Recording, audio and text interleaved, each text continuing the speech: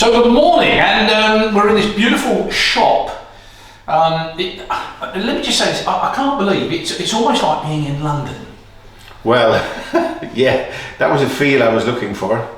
You definitely made that feel right. Yeah, we did. That came into the name, but also when we opened, we were on London Road.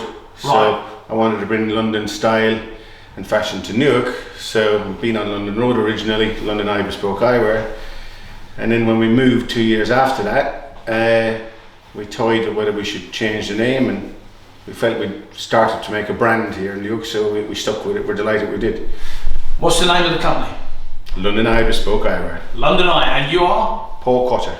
Paul Cotter from London Eye. Paul, just so, what we like to do is actually find out a bit about the company and everything. Why Newark? Well, premises came up on London Road, and the owners of the premises said that I know anyone would be interested in taking it. It was a charity that was in there at the time, and they had a part of the building they wanted to sublet. So they asked me if I knew anybody, being in the round table at the time, we were sponsoring it for them and all that. So I had a little think, and one thing that had frustrated me for many years, being in the industry for almost 30 years now, was there was no one that I felt doing what I felt could be done in Newark.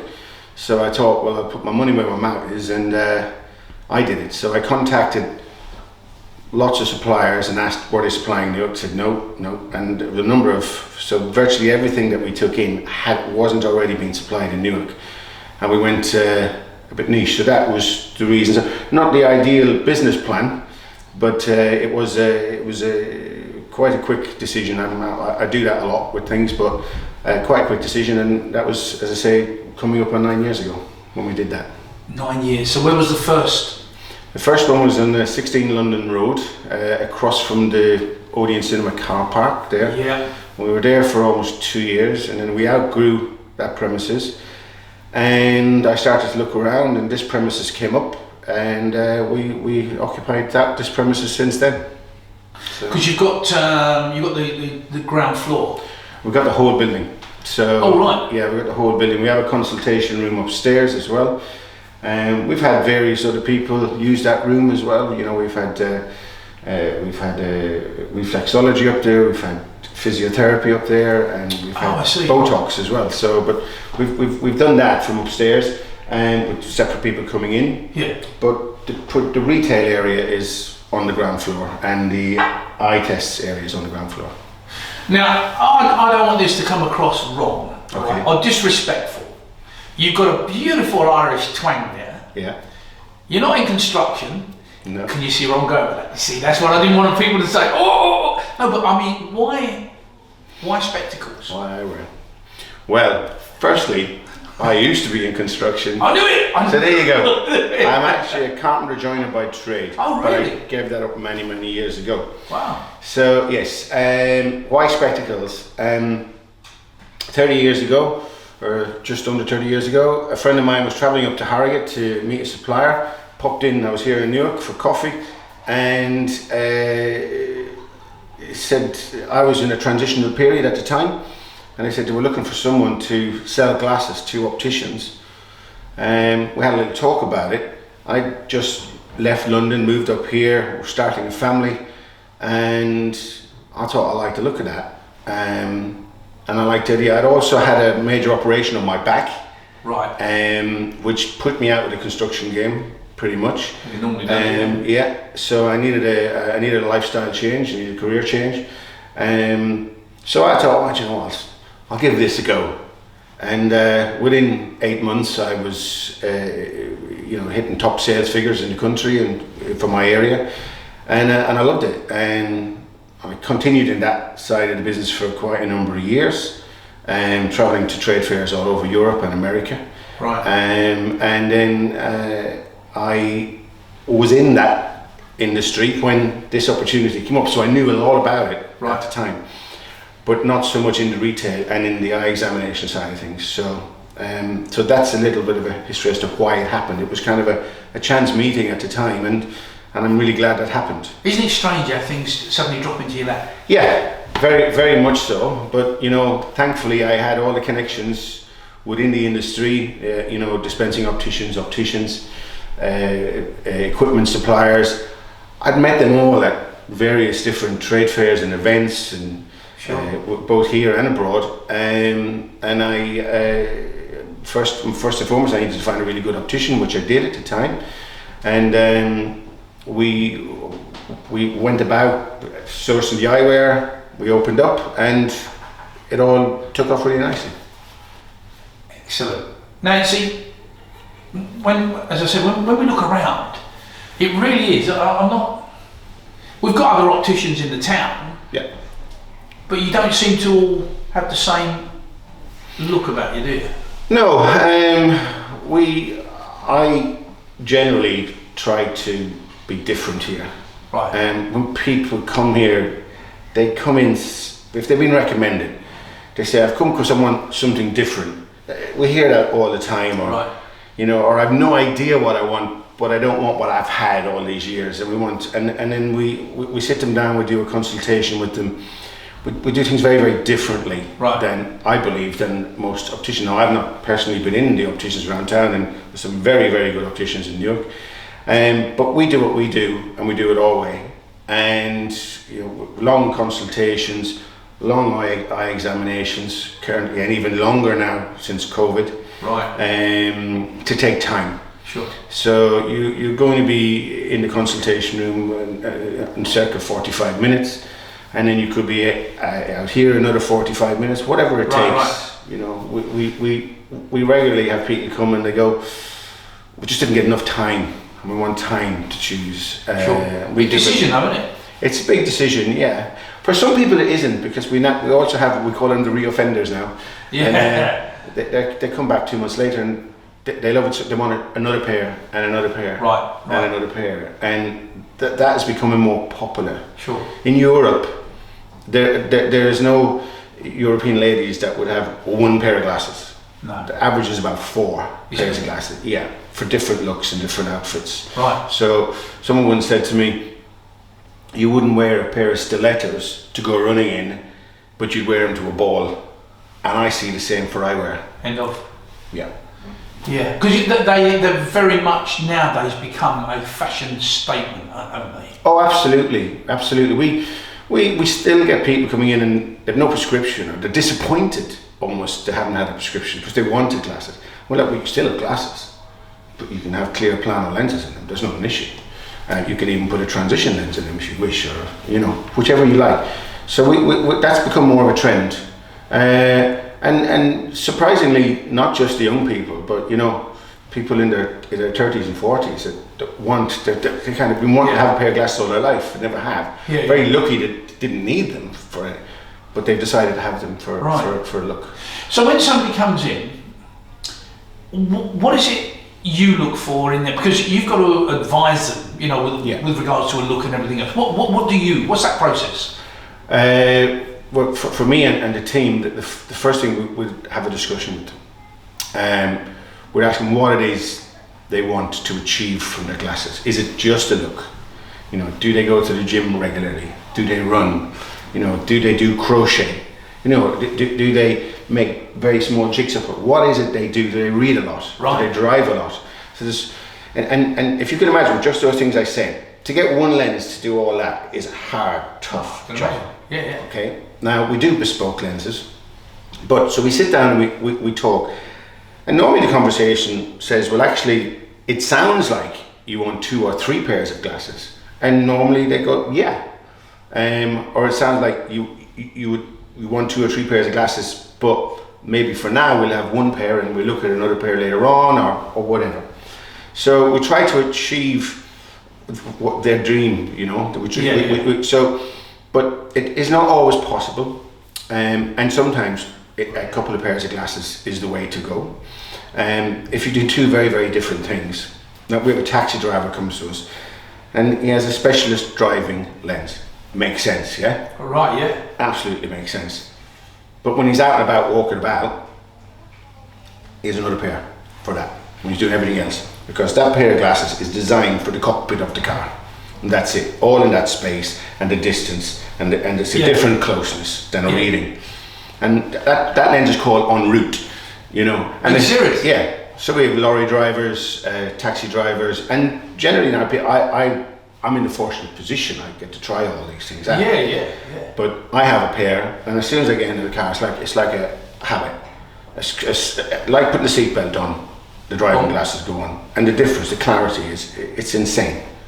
And once you've done it and experienced it, you're like, you know, we'll never go back to Eden where our eyesight is like children, but you know, this is the best way to do so. So incredible, isn't it? Yeah. It's not a simple lens on, lens off. Yeah. Wax on, wax off. Now, again, you know, just looking around, I mean, you've got some amazing brands here. Just talk us through some of these brands. Some of the brands, well, Oliver Peoples would be one of our most popular brands. We source Oliver Peoples, a guy called Gary Light. He created this brand based on vintage Hollywood movie stars wearing it. So, you know, we got the Cary Grant, the Gregory Peck. Yeah. And these were designed from glasses that they discovered they had many years ago. And looking at glasses in the movies, and that's where the brand evolved from. Very stylish, aren't they? It's very stylish. It has become more popular and more widely known. When we had it 9 years ago, we'd say Oliver Peoples, and they were like, who? You know? Right. And we also learned at that time, it didn't really matter about the name. It mattered about the frame, you know? That could be a punk.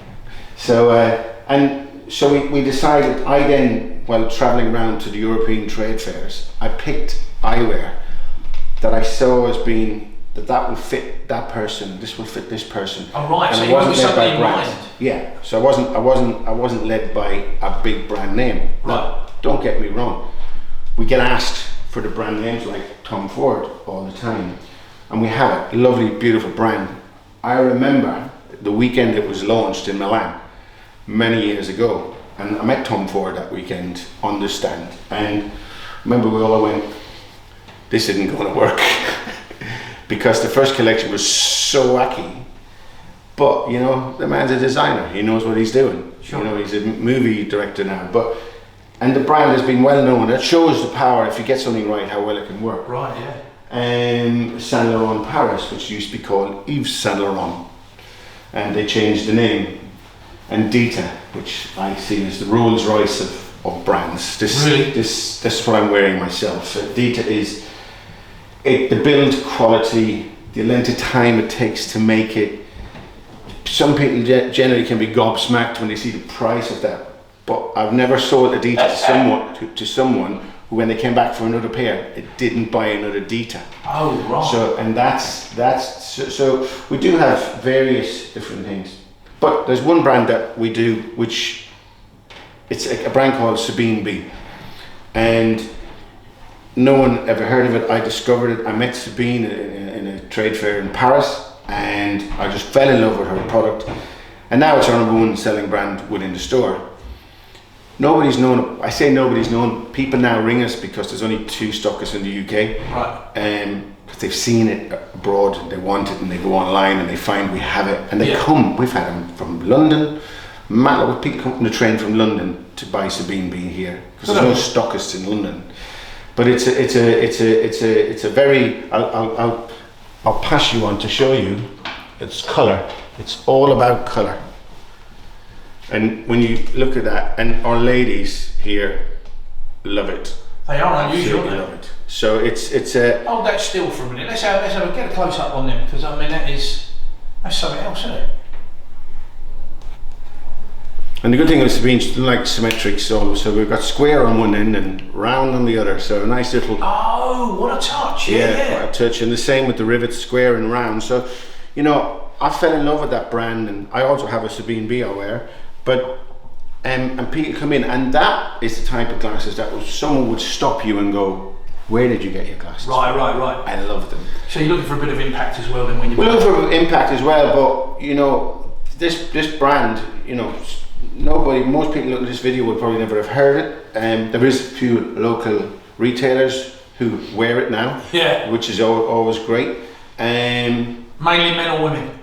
Mainly women. mainly women. I get that because of the colour combinations. But there is some lovely gents collections in there. I have a couple of pairs myself. But that's the other. Another brand was Frederic Beausoleil, French brand. No one knows of it. I went for the styles, you know. And I've got one product which is called Vinylize, and it's made from records, recycled records. Really? Yeah. And then get this. So if you had a record, now this is very bespoke. If you had a record, say, I don't know, your wedding song that it was played on a record something, you can actually go with that record to the factory and make your own glasses to a design, and the front will be made from that way. Now it's not cheap, you can imagine. Obviously. But for that whole experience would cost about £1,000 to do it. So if you look at the sentimental value of it, right.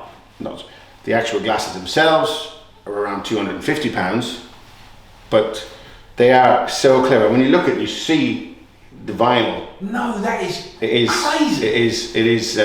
It is awesome, and we've got one or two music lovers that when they see it, they're like, I have to have that. And it's a great talking point, isn't it? When you go, look at my glasses. Yeah. So there is all sorts of different materials that are used. So, because am I right in saying you do also cater for children? Oh God, yeah.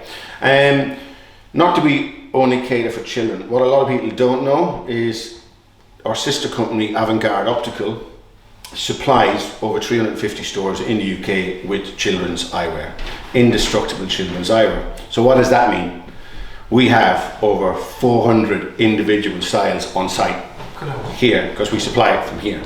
So we've got an optician who her passion is testing children's eyes, and she really gets, you know, she really achieves a tremendous amount when she feels she's slow down the myopia in children's eyewear and put it to almost a standstill, which can be achieved. But also in indestructible eyewear, we can show all that here with what we have in stock for our wholesale customers. No, I never knew that. You know, and I've been living in Newark for 30 years. Yeah, not a lot of people know it, but you know, it's something I've been doing for almost 7 years, the children's eyewear. Yeah. And when it was first given to me to look at, I went, what, children's eyewear? And you have to pay for it? Because the concept of children's eyewear is free. Children's eyewear technically isn't free. You get a voucher towards glasses, and you can use that in any way you want. You're going to use it as to cover a complete pair with some opticians, or you can use it towards an indestructible pair, what you choose. So a lot of people don't believe you can actually buy children's eyewear. They believe it's just there's only a certain amount you can choose from, because that's the perception. Yeah. But you can buy a pair of shoes for 50 quid, you can buy a pair of glasses for 50 quid if you wish. So what are your opening hours? Okay, we're closed Sunday and Monday. Although on Mondays, if someone needs a special appointment for something, we will accommodate by appointment only. And then we're open Tuesday, Wednesday and Friday 9:30 to 5. Thursday we're 9:30 till 7, and Saturday we're 9:30 till 4. Great. Well, Paul, thank you very much for showing us the shop. As I said, I mean, we're going to take some shots. Yeah. Because it is a London boutique, and once again we've found something that's quite special to Newark. Thank you very much. Cheers, Steve. Thank you.